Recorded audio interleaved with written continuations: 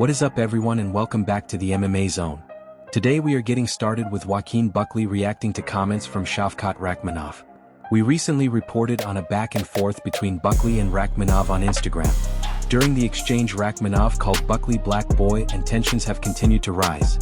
Before we move on, make sure to leave a like on the video to help support the channel.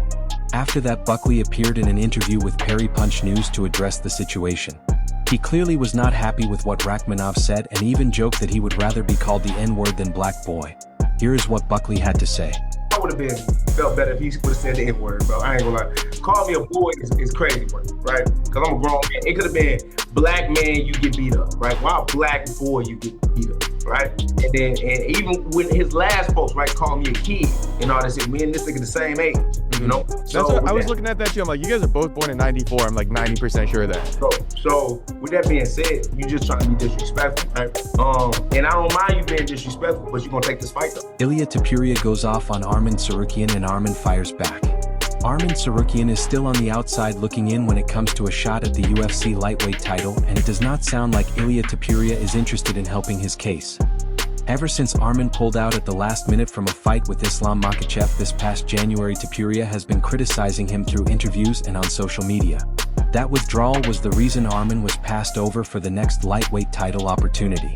Despite that, Arman stayed in the title picture thanks to his dominant win over Dan Hooker in November. When Topuria recently spoke with El Dabran MMA, he was asked about Tsarukyan once again and he did not hold back. Topuria said Arman is a good fighter but claimed he already had his opportunities. He said Arman had a chance to fight for the title and chose not to compete. He added that all fighters deal with injuries like back pain and leg pain but still show up to fight, and for some reason Arman did not. Topuria also took a shot at Arman by saying only Arman knows what internal conversations led to that decision and joked that maybe he had to change his underwear afterward. He then referenced the weigh-in incident where Arman headbutted Dan Hooker before their fight in Qatar. Topuria explained that from a promoter perspective it is hard to trust a fighter after giving them a big opportunity, investing money in them and placing them on a major card only for them to pull out. He added that Arman later got another main event opportunity and then headbutted his opponent, which he said showed a lack of intelligence and appreciation for the promotion the UFC has given him. Topuria also claimed the UFC has already made a decision regarding Arman and suggested they are not eager to reward him again. He ended that thought with a blunt message telling Arman to go handle himself. It did not take long for Arman Tsarukyan to respond. He reacted on X by calling out Topuria for taking time off to deal with family issues while still having plenty of time to do interviews. Arman ended his post by calling Topuria a joke. If Topuria and Tsarukyan ever meet in the cage, there will clearly be serious bad blood. In the same interview, Topuria was also asked about Islam Makhachev and he once again had strong words. He said it is a fight everyone wants to see and claimed Islam has avoided it while talking too much from a distance. Topuria said once they are locked in the octagon, Islam will realize he is not fighting the same opponents he has faced before and warned that one clean right hand would put him to sleep.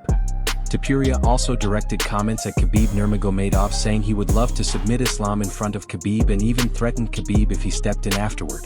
Ali Abdelaziz responded on X saying he was confused why Topuria was being given space and respect to deal with family matters while still attacking fighters like Islam, Khabib and Arman despite not currently competing.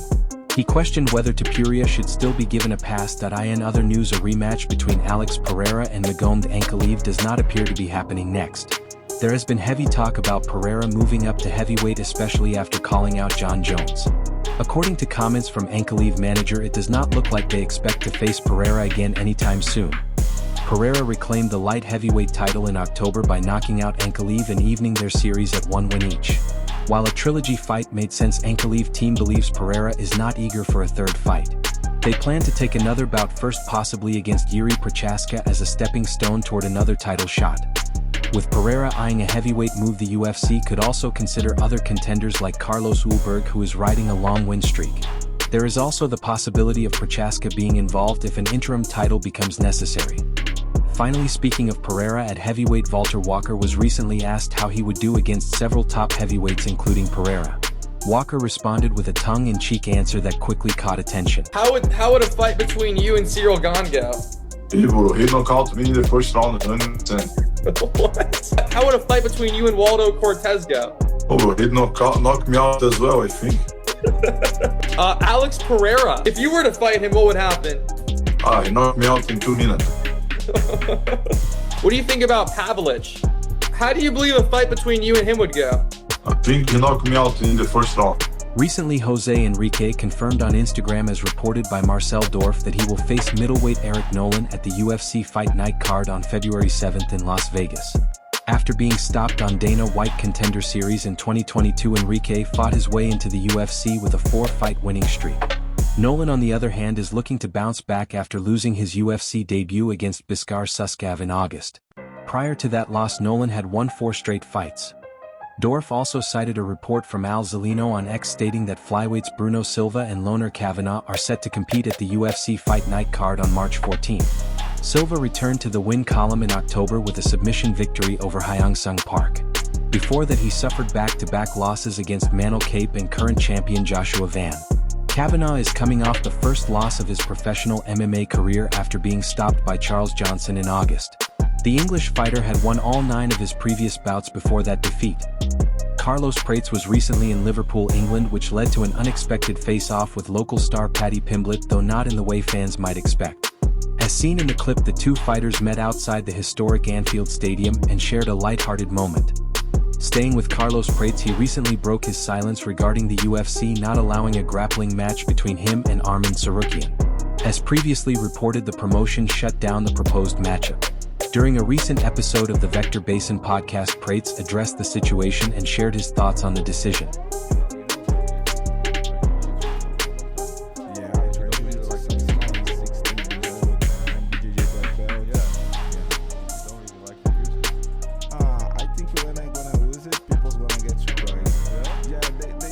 To fight Tsarukyan 30 December. They asked me to fight him, and I accepted, but UFC say no. They don't let me fight. Yeah, but I was really excited at the moment, And but for jiu-jitsu match? Yeah, exactly. And I think Armenia, someplace like that. 30 December, yeah. And I say yes, but UFC say they don't let me fight, but it's okay. It is what it is. Carlos Prates spoke about his next UFC fight and revealed 2 names at the top of his list. He said he is interested in facing either Jack Della Maddalena or Michael Morales for his next matchup. Hello everyone, come back in here with Carlos Prates. And our first question is, Carlos, you just came off a big win against Leon Edwards. Where does this put you in the welterweight division? Of course I would love to fight for the belt, but I think Kamaru gonna fight, so I'm really looking to fight JDM or We start with Carlos Prates, and our first question is, Carlos, you are coming off a big win against Leon Edwards. Where does that put you in the welterweight picture? He said of course he would love to fight for the belt, but believes Kamaru Usman is likely next in line, so he is really looking ahead to what comes next. He's a massive sport, and he sticks to what he knows. Here's the thing about Khabib is like he always knew what he was going to do. Even no matter how good he got at striking, no matter how good he got at this other realms, he still stuck to his bread and butter. He always stuck to what he was best at, and he always had this relaxation about him that was just that made him, stay on top. I like side quests. He's tough as can be, man. I mean, I was bigger. I was a 185 pounder for 155, but he was still strong as an ox. Him and Islam would always be. Yeah, that must have been a crazy training. It's fun. I used to love picking on them. Who was the story? Every little thing they get on me, they get so excited. We start with Carlos Prates, and our first question is, Carlos, you are coming off a big win against Leon Edwards. Where does that put you in the welterweight picture? He said of course he would love to fight for the belt, but believes Kamaru Usman is likely next in line, so he is really looking ahead to what comes next.